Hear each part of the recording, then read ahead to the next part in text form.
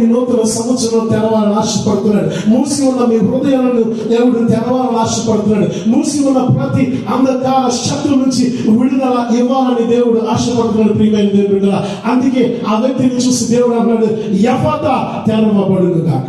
ఆమేన్.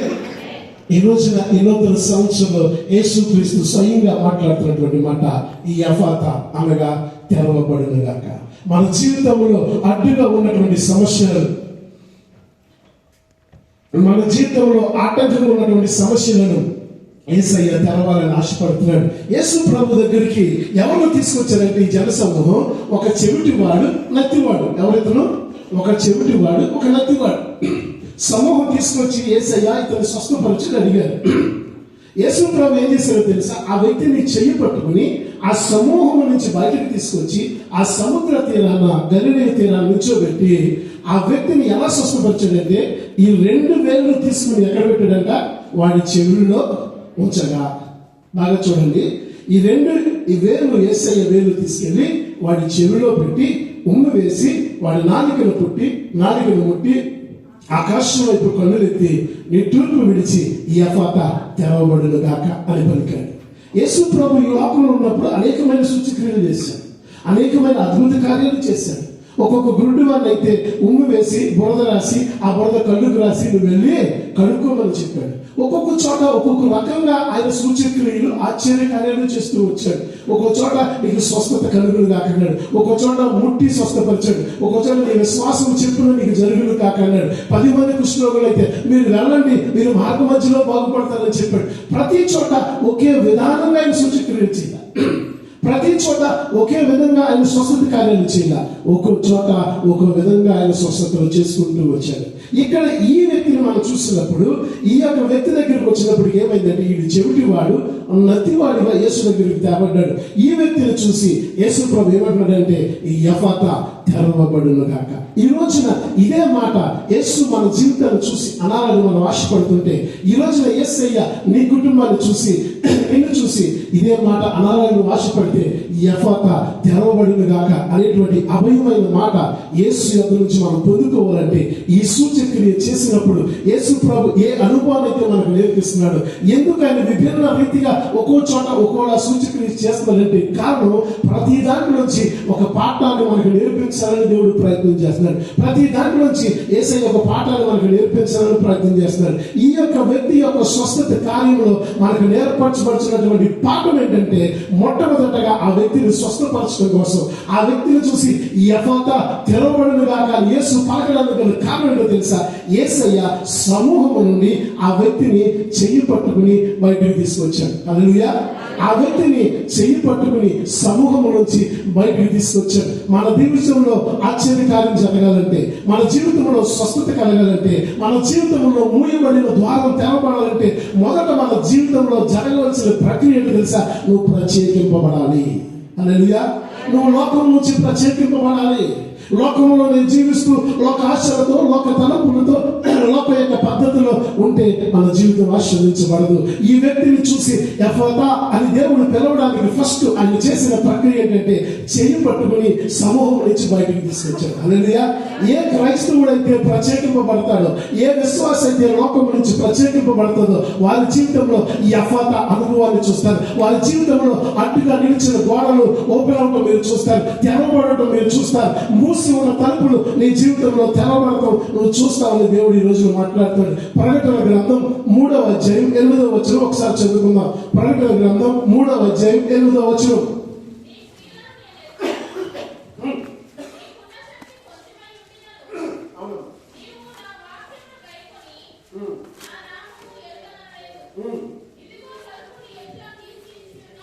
ఇదిగో తలుపు నీ ఎదుట తీసి ఉంచి ఉన్నాను, దానిని ఎవడును వేయలేరు. హల్లెలూయా. దేవుడు ఎంత చక్కగా మాట్లాడుతుండండి. ఇదిగో నేను తలుపుని తీసి ఉన్నాను, దాన్ని ఎవడును వేయలేరు. దేవుడు ఈ రోజు మనతో మాట్లాడితే ఎవరు తెలుసా? యెహోవా తెరిచిన ద్వారమును ఎవడు మూయలేడు. నీ ఎదుట మూసి ఉన్న ద్వారాన్ని కనుక ఒకవేళ తెరవగలిగితే, నీకు మూసిపోయిన తలుపులు కనుక, మూసి ఉన్న బంధకాలు కనుక, మూసి ఉన్న ద్వారములు కనుక ఒక్కసారి ఆయన తెరవడం ప్రారంభిస్తే ఎవడను దాన్ని మూయలేరట. హల్లెలూయా. ఈ యెఫ్తా అనుభవం మనకి ఏమి నేర్పిస్తుందో తెలుసా?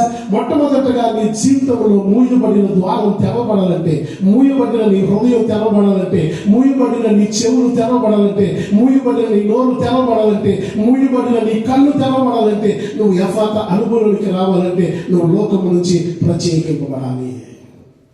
కొరింథీయులకు రాసిన పత్రికలో ఆ సంఘం గురించి మాట్లాడుతుంటాడు. సంఘము అనగా పరిశుద్ధునిగా జీవించడానికి పిలువబడినటువంటి సమూహంగా మనం ఉంటున్నాం.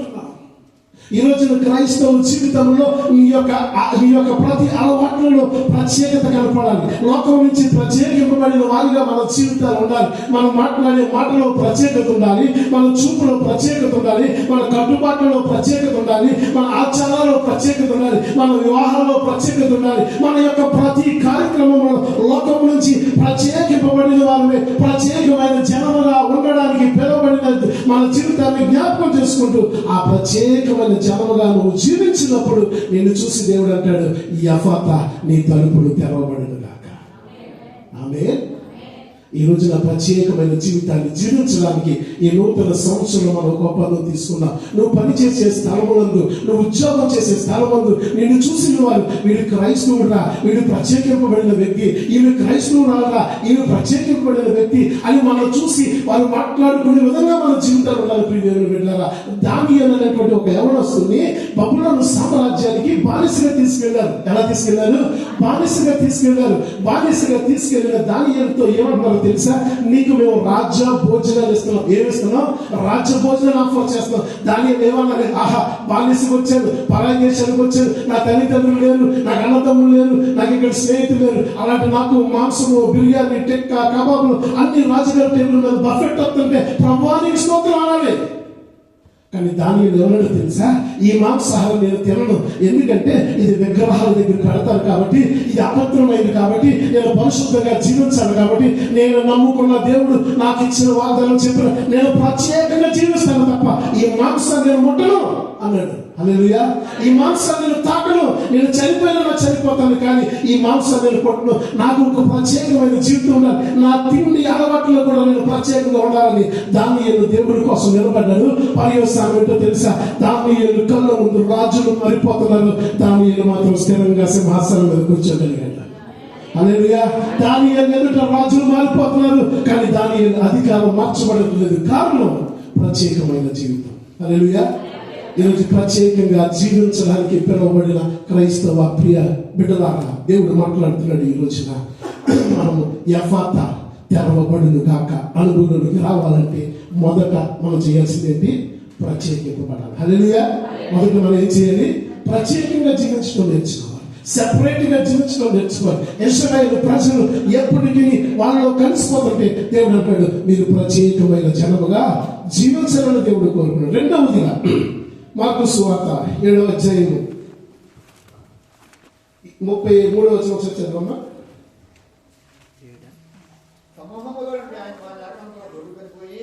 పోయి ఏం చేశాడు? తాను చెవులలో, వాని చెవులలో తన వేలును పెట్టాడు. హల్లెలూయా. బాగా గమనించండి. వాడి చెవిటి వాడు అక్కడికి వచ్చిన వాడు. ఎవడు వాడు? చెవిటి వాడు.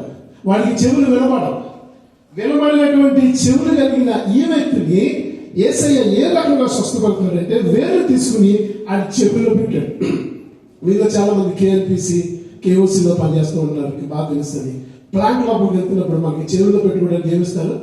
ఇయర్ బడ్స్ ఇస్తారు. ఎందుకు ఇస్తారంటే ఆ బయట ఉన్నటువంటి నాయిస్, ఆ బయట ఉన్నటువంటి సౌండ్ పొల్యూటెడ్ సౌండ్, అది నీ చెవులకి సరిపోయేటువంటి సౌండ్, చాలా భయంకరమైన హెవీ నాయిస్ ఇస్తారు కాబట్టి నువ్వు చెవుల్లో బడ్స్ పెట్టుకోమని చెప్తారు. మీరు ఆల్రెడీ అక్కడేంటి ఆ యొక్క చెవిటి వాడే అయినప్పటికీ యేసయ్య వాడి చెవులు తెరవడానికి ముందు వాడి చెవులు మోయటం జరిగింది. ఈ రోజున నీ చెవులు తెరవబడాలంటే, నీ హృదయం తెరవబడాలంటే, నీ ఎదుట మూసి ఉన్న ద్వారం తెరవబడాలంటే మొదట నీ జీవితంలో నీకు రావాల్సిన అనుభవం తెలుసా? నీ చెవులు మూయబడాలి. ఈ లోక సంబంధమైన గోళ, ఈ లోక సంబంధమైన మాటల నుంచి, ఈ లోక సంబంధమైన అల్లరి మాటల నుంచి నీ చెవులు మూసుకున్న రోజున నీ చెవులు తెరవబడటం ప్రారంభమవుతాయి. యేసయ్య సూచక్రియ చేసినప్పుడు చాలా విభిన్నంగా చేశాడు. ఎందుకు? ప్రతి దాంట్లో నుంచి ఒక పాఠాన్ని మనకు నేర్పించాలని, ప్రతి దాంట్లో నుంచి ఒక సూచక్రియ నుంచి ఒక లెసన్ మనకు నేర్పించాలని దేవుడు చేశాడు. ఈ లోక సంబంధమైన గోల నీ చెవుల్లో పడకుండా మొట్టమొదటిగా నీ చెవులు మూసుకోగలిగితే నీ చెవులు తెరవబట్టం ప్రారంభం. హల్లెలూయా. ఈ రోజు లేచిన దగ్గర నుంచి మనకి ఎంతసేపు అల్లరి మాటలు వినాలని ఆశ, ఆడి మీద చాడీలు వినాలని ఆశ, ఈడి మీద చాడీలు వినాలని ఆశ. ఎవడన్నా మనకు ఫోన్ చేసి ఆ వ్యక్తి ఎలాగంటమ్మా, ఆ అమ్మ ఎలాగంటమ్మా, ఆయన ఎలాగంట, ఆడు ఎలా తిరుగుతున్నాడంట, ఆవిడ జీవితం ఎలాగుందని చెప్తే మనకు ఎంత ఆనందంగా వింటూ ఉంటామో, ఎంత ఆనందంగా వింటూ ఉంటాము. దేవుడు అంటున్నాడు, ఇవన్నీ నువ్వు చెవులు మూసుకుంటేనే నీ చెవులు తెరవబడతాయి. ఈ 2025 సంవత్సరంలో నీ ద్వారం తెరవబడాలంటే, మూయబడిన నీ ద్వారం తెరుచుకోవాలంటే చెవులు మూసుకునే అనుభవంలోనికి క్రైస్తవుడు రావాలి. చెవులు మూసుకునే అనుభవంలోనికి మనం రావాలి. ఎప్పుడైతే చెవులు తెరవబడినాయో వాడు వినటం ప్రారంభించాడు. హల్లెలూయా. వాడు వినటం ప్రారంభించాడు. యేసు ప్రభువు నీ చెవులు తెరవడానికి ముందు నేను చెవులు మూసుకోమని సెలవిస్తున్నాడు. ఈ లోక సంబంధమైన పాప గోళ మన చెవుల్లోనికి రాకుండా, ఈ లోక సంబంధమైన హేళన గోళ మన చెవుల్లోనికి రాకుండా మనం మూసుకున్నప్పుడు దేవుడు నీ చెవులు తెరుస్తాడు. హల్లెలూయా. అప్పుడు దేవుడు మాట్లాడే మాటలు వినగలుగుతాం. తెరవబడిన చెవులు గలవారమే మనం జీవించాలి. అందుకే యేసయ్య వాక్యం చెప్పినప్పుడు ఏమని సెలవించాడో తెలుసా?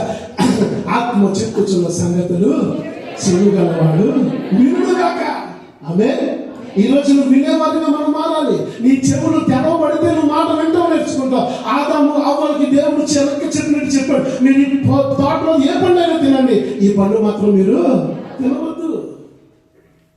వారు ఏదైతే తినొద్దన్నారో అదే తిని మహాపాపాన్ని భూమి మీదకి మొదటగా తెచ్చిన పాపం ఏదైనా ఉందంటే అది మాట వినకపోవడం.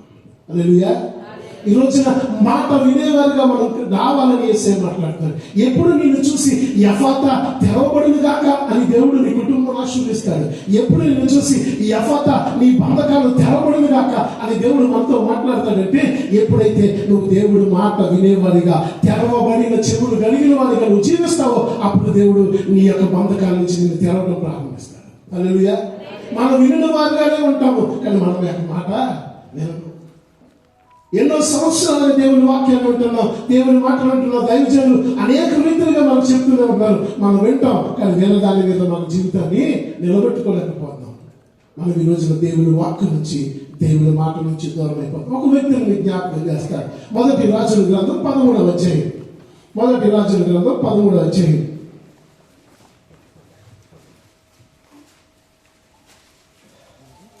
8వ వచనం చదవమా. దైవజనుడు రాజుతో ఇట్లనేను, నీ ఇంటిలో సగము నీవు నాకు ఇచ్చినను, నీతో కూడా నేను లోపలికి రాను. ఈ స్థలమందు నేను అన్నపానములు పుచ్చుకొను, అన్నపానములు పుచ్చుకొనవద్దనియు, నువ్వు వచ్చిన మార్గమున తిరిగి పోవద్దనియు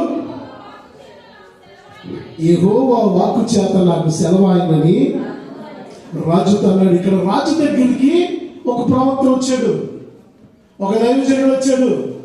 దేవుడు ఇగో వెళ్ళి నువ్వు పలానా రాజుతో మాట్లాడు, ఆ రాజును హెచ్చరించు, ఆ రాజుతో నువ్వు మాట్లాడాలి. కానీ రాజు దగ్గరికి వచ్చాడు. రాజుగారికి చెప్తుంటే రాజుగారికి చాలా కోపం వచ్చింది. ఆ యొక్క రాజుగారు ఇలాగే బలిపీఠం మీద నేను నుంచున్నట్టే నుంచున్నాడు. దైవజనుడు ఆ ద్వారము దగ్గర నుంచున్నాడు. నుంచుని ఈ రాజుగారిని ఆ దైవజనుడు హెచ్చరిస్తుంటే ఈ రాజుగారు చెయ్యెత్తి ఆ దైవజనుడు అంటున్నాడు, ఒరే వాడిని పట్టుకోండిరా అని చెయ్యెత్తాడు. ఎవడు? రాజు. ఈ ఎత్తిన చెయ్యి అలాగే ఎండిపోవటం ప్రారంభమైంది. అలాగే పక్షపాతం వచ్చి చెయ్యి ఆగిపోయింది.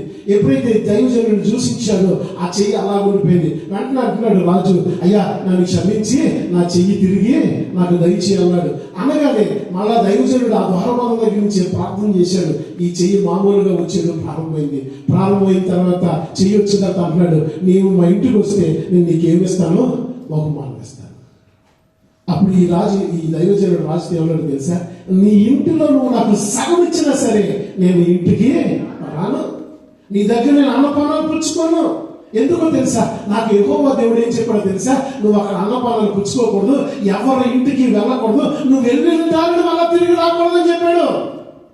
నువ్వు రాజువైనా సరే నీ అవసరం నేను రిజెక్ట్ చేస్తున్నాను, నువ్వు రాజువైనా సరే నువ్వు ఇచ్చిన ఈ మాటని తృణీకరిస్తున్నాను, నాకు దేవుడు మాటే చాలా ముఖ్యమని చాలా గంభీరంగా చెప్పాడు ఈ దైవజనుడు.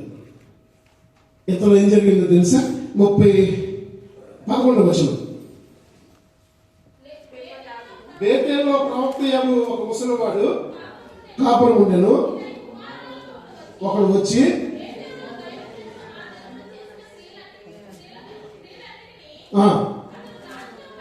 చాలు రాజులో పలికిన మాట చెప్పాడు. అప్పుడు 18వ వచనం వచ్చాడు.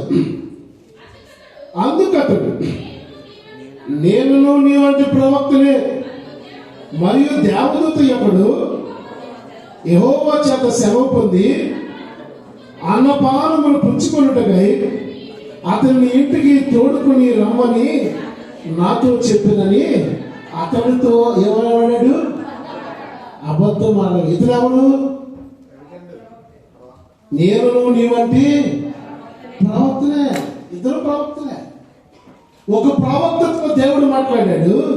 ఆ ప్రవక్తతో దేవుడు ఏదైతే చెప్పాడో ఆ చెప్పిన మాట ప్రకారం ఆ ప్రవక్త ఏం చేశాడంటే రాజులకు అని కూడా చూడకుండా మాటలు తృణీకరించాడు. ఇప్పుడు ఇంతలో ఇంకో ప్రవక్తకి ఈ వర్తమానం తెలిసింది.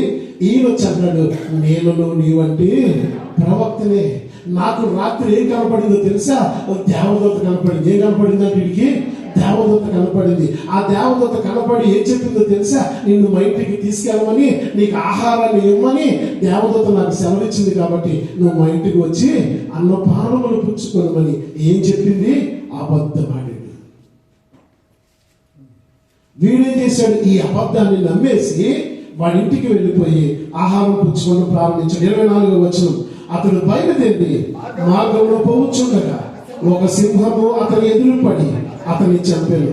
అతని కళేబరము మార్గం మందు పడి ఉండగా గాడిద దాని దగ్గర నిలుచుండెను. సింహమును శవము దగ్గర నిలుచుండెను. కొందరు మనుషులు ఆ చోటుకు వచ్చి శవము మార్గం మందు పడి ఉండటయు సింహము శవము దగ్గర నిలుచుండటయు చూచి ఆ ముసలి ప్రవక్త కాపురం ఉన్న పట్టణంలోకి వచ్చి ఆ వర్తమానమును తెలియజేసి 29వ వచనం. సింహము గాడిదను చీల్చివేయక శవమును తినక ఇన్నునట్లు చూచి దైవజనుడి శవము ఎత్తి గాడి మీద వేసుకుని తిరిగి వచ్చును. ఈ ప్రకారము ఆ ముసలి ప్రవక్త అంగలార్చుటకును సమాధిలో శవమును పెట్టుటకును పట్టణమునకు వచ్చాను.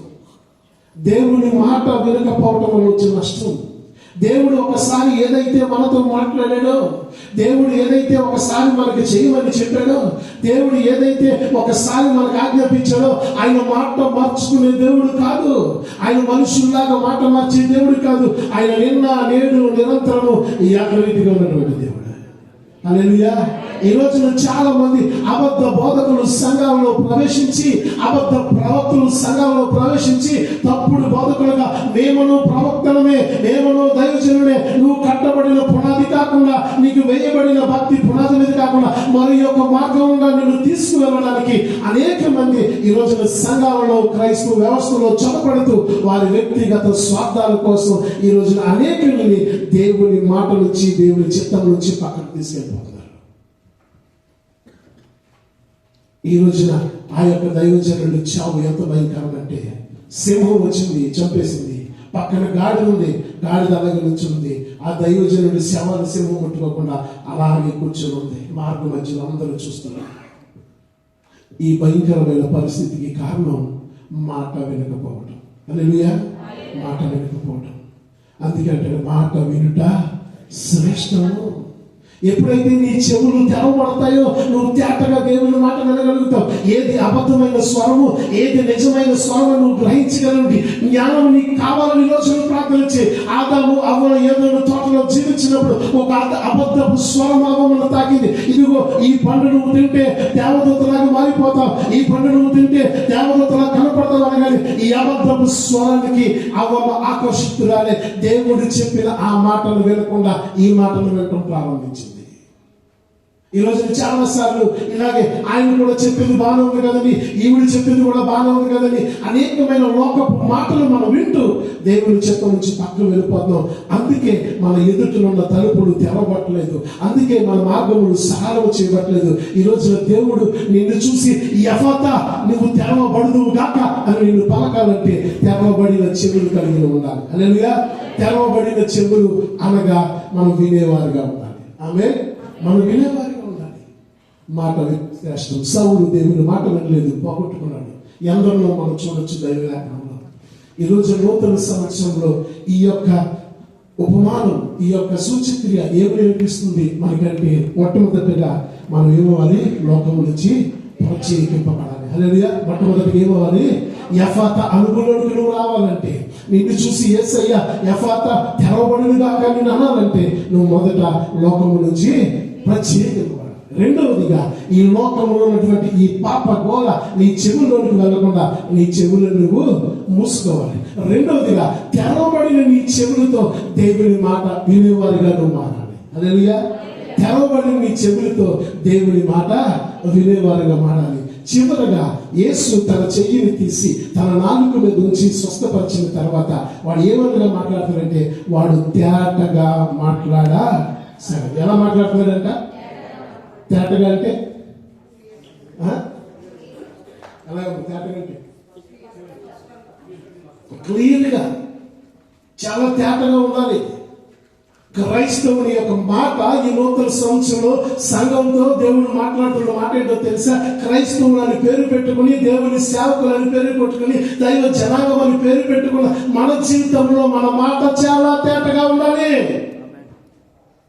ఎప్పుడైతే నీకు ఎఫాతా అనుభవం కావాలో, నీ ఎదురుగున్న నీ ద్వారం తెరవబడాలో, నీవు తెరిచిన ద్వారమును ఎవడు మూయలేడు ప్రభా, అనేక దినాలుగా మూసి ఉన్న నా ద్వారం తెరవబడును గాక అనేటువంటి అనుభవం నువ్వు రావాలంటే నీ మాట తేటగా మారాలి. హల్లెలూయా. ఈ రోజు ఎవరితో మాట్లాడాలన్న భయమే, ఏం మనసులో పెట్టుకుని ఏం మాట్లాడుతున్నారో అర్థం కాదు. నా దగ్గరికి మన ఒక్కరు వచ్చాడు, అన్న నువ్వు ఎవరికన్నా ఫోన్ చేయి, ఆడికి మాత్రం ఫోన్ చేయగలడు. అంటే ఆయన ఎప్పుడు కాల్ చేసినా రికార్డింగ్ చేసేస్తాడన్నా అన్నాడు. ఏం చేసేస్తాడంటాడు? Call recording చేసేస్తాడంట. ఎవరిని నమ్మాలో తెలియని పరిస్థితుల్లో ఈ రోజున క్రైస్తవులకు జీవిస్తుంది. మన స్నేహితులు లాగా మనతో ఉంటారు, మనతో జీవిస్తారు, మనతోనే మాట్లాడుతూ ఉంటారు. కానీ మాటలో ఏమి లేదు, తేటతనం లేదు. యేసు ఏమన్నా తెలుసా? నీ మాట అవునంటే అవును, కాదంటే కాదులా ఉండాలి. నీ మాట అవునంటే అవును, కాదంటే కాదులా ఉండాలి. తేట కలిగిన మాట మనం కలిగినప్పుడు నేను చూసి యేసు ఏమంటాడు తెలుసా? ఈ ఎఫాతా అనండి, ఎఫాతా తెరవబడును గాక. ఆమె తేట కలిగిన మాట నాకు కావాలి ప్రభు. ఈ నూతన సంవత్సరాన్ని ప్రార్థన చేద్దాం.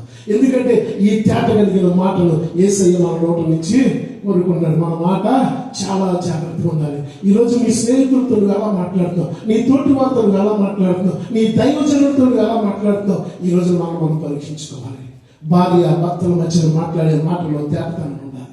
నీ కుటుంబ వ్యవస్థలో నువ్వు మాట్లాడే మాటలో తేటతనం, నువ్వు పనిచేసే స్థలంలో నువ్వు మాట్లాడే మాటలో క్లారిటీ ఉండాలి.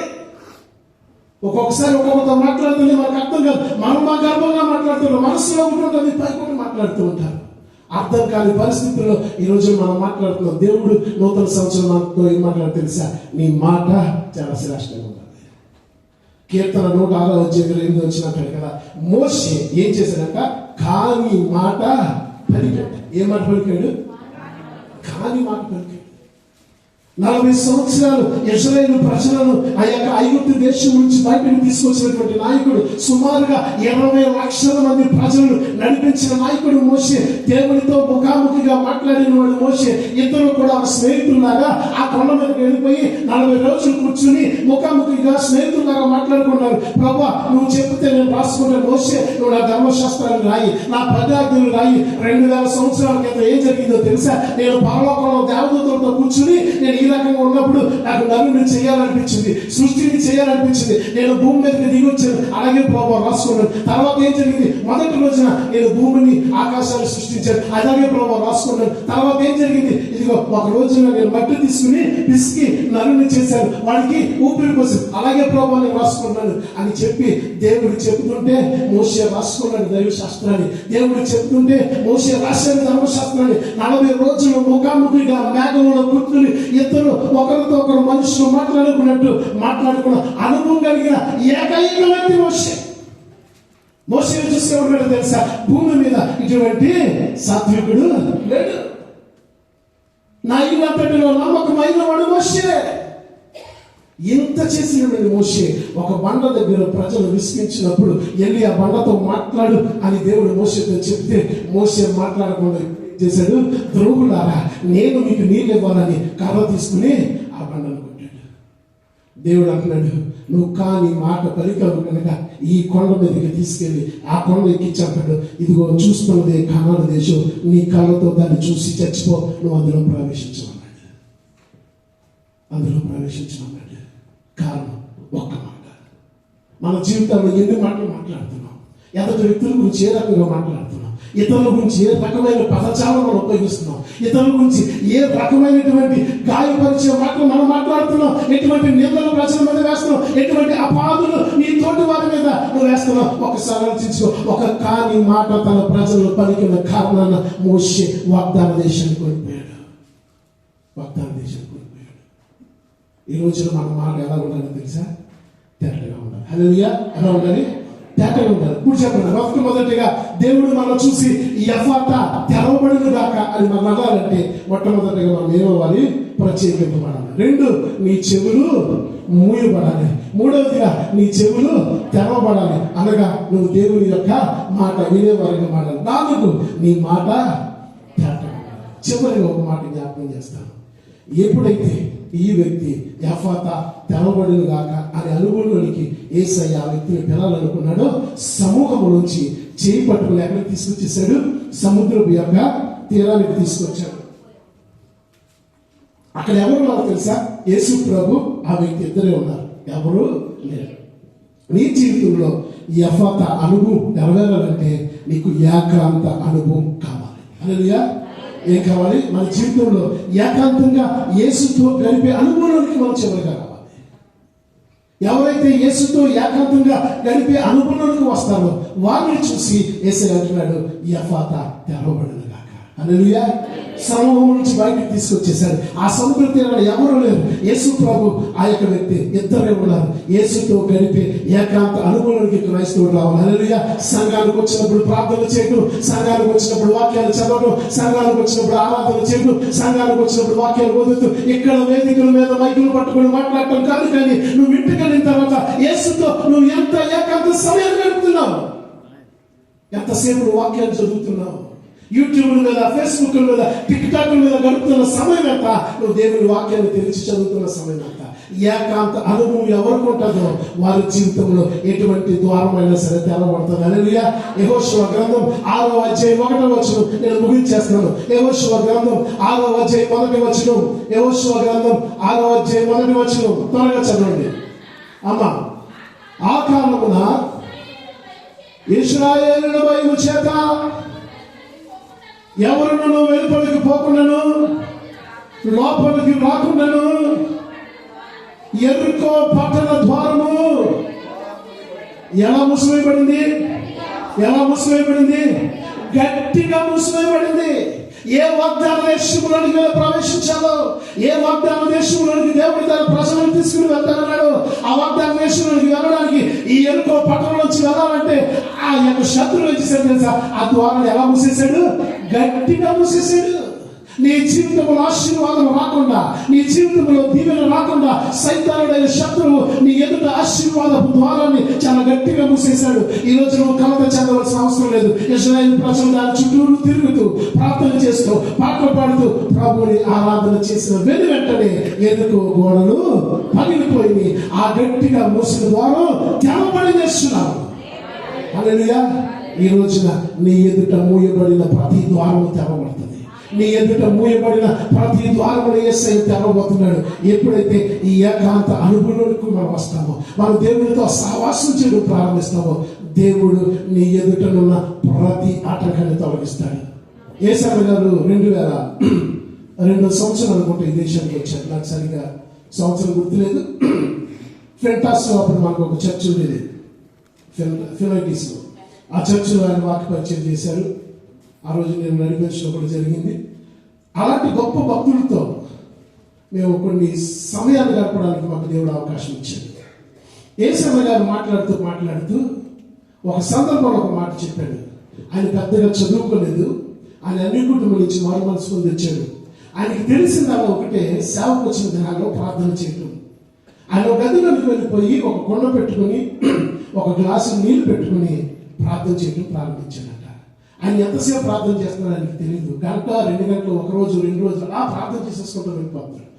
మోకాల మీద ఉండి ఉండి ఉండి ఉండి ఉండి ఇక నీరసం వచ్చేసి మోకరించలేక నేలకు ఒడిగిపోతులు. ఆ పడిపోతున్న సందర్భంలో ఈ 2 చేతులు నేల మీద పెట్టాడంట. నేల మీద పెట్టినటువంటి యేసయ్య గారికి నేల తగలకుండా 2 పాదాలు తగిలియాట. హల్లెలూయా. ఏం తగిలి? 2 పాదాలు తగిలి. ఆయన ఏమంటాడో తెలుసా? నేను యేసయ్యతో ప్రార్థన చేసిన నా ఏకాంత అనుభవంలో నా తండ్రి అయిన యేసయ్య వచ్చి నా ఎదుట హల్లెలూయా.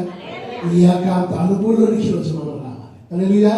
ఇలాంటి ఏకాంత అనుభవంలోకి వచ్చినప్పుడు నీ ఎదుట ఎంత గట్టి ద్వారమైనా, నీ ఎంత శత్రువు ఎంత గట్టి ద్వారం బంధించి బిగించిన యేసు నామములో అంటారు కదా, యెహోవా తెరిచిన ద్వారమును ఎవరు పోయినాడు. ఆమె తల ఉంచుకొని చిన్న ప్రార్థన చేసుకుందాం. ప్రతి ఒక్కరు కూడా తల ఉంచుకున్న వారిని చిన్న ప్రార్థన చేసుకుందాం. యేసయ్యా నీకు స్తోత్రాలు తండ్రి. ఈ రోజు నా ప్రభా ఎఫాతా తెరవబడును గాక, మూసి ఉన్న హృదయాలు తెరవబడును గాక, మూసి ఉన్న కళ్ళు తెరవబడును గాక, మూసి ఉన్నటువంటి నోరు తెరవబడును గాక. ప్రతిదీ ఈ రోజు తెరవబోతున్నాడు దేవుడు. మనందరూ కూడా ఒక క్షణం ప్రార్థన చేసుకుందాం. ప్రతి ఒక్కరు కూడా ఈ నూతన సంవత్సరం మొదటి వారంలో దేవుడు మనతో మాట్లాడుతున్నాడు. ఈ రోజున ప్రభా నీ వాక్యం నన్ను సంధించింది ప్రభా. ఎఫాతా తెరవబడును గాక అనేటువంటి ఆ మాటలు జ్ఞాపకం చేశారు. మూతబడిన మా జీవితాలు తెరవబడాలి. ఆర్థిక ఇబ్బందులతో, అప్పుల సమస్యలతో అనేక దినాలుగా మూయబడిన మా జీవితంలో ఒక నూతన ద్వారం తెరవబడాలి ప్రభా. శత్రువు ఎంత గట్టిగా మాకు ఆశీర్వాదం రాకుండా బంధించిన, శత్రువు ఎంత గట్టిగా మాకు దీవెన రాకుండా ద్వారం బంధించిన, ఈ రోజు నువ్వు తెలుస్తే వాగ్దానం చేస్తున్నావు ప్రభా. తెరవబడును గాక అని మాకు అభయం ఇస్తున్నావు తండ్రి. అయా మూయబడిన ప్రతి గొంతు తెరవబడును గాక, మూయబడిన ప్రతి కళ్ళు తెరవబడును గాక, మూయబడిన ప్రతి హృదయము తెరవబడును గాక. మనందరూ కూడా ప్రార్థన చేద్దాం. ఒక క్షణం మనందరూ కూడా కళ్ళు మూసుకుంటూ యేసయ్యా నీ స్వస్థత నాకు కావాలి. నా బిడ్డల జీవితంలో మూయబడిన ద్వారాలు తెరవబడాలి. నా కుటుంబ జీవితంలో మూయబడిన ద్వారాలు తెరవబడాలి ప్రభా అని ఆశపడితే ఈ రోజున దేవుడు ఆయన తెరవడానికి సిద్ధమవుతున్నాడు. మీరు నమ్మితే మీ కుడి చేతులు పైకెత్తండి. మీకోసం నేను ప్రార్థన చేయబోతున్నాను. దేవుడు మిమ్మల్ని దీవించుగాక. మూయబడిన ప్రతి ద్వారాన్ని ఇప్పుడే యేసు నామములో తెరవబడుచుండగా మనందరూ కూడా ఒక విషయాలు నేర్చి నిలబడదాం. ఒక 2 నిమిషాలు మన స్థానాలు చెల్లించిన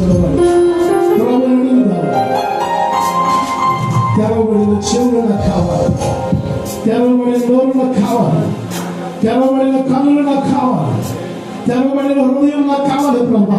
నా ఎదుట అడ్డుగా మూయబడిన ప్రతి ద్వారము తెరవబడిన ఎదురైనా ఎన్న సముద్రము పొంగిపోయినా ఎదురైనా ఎన్న సముద్రము పొంగిపోయినా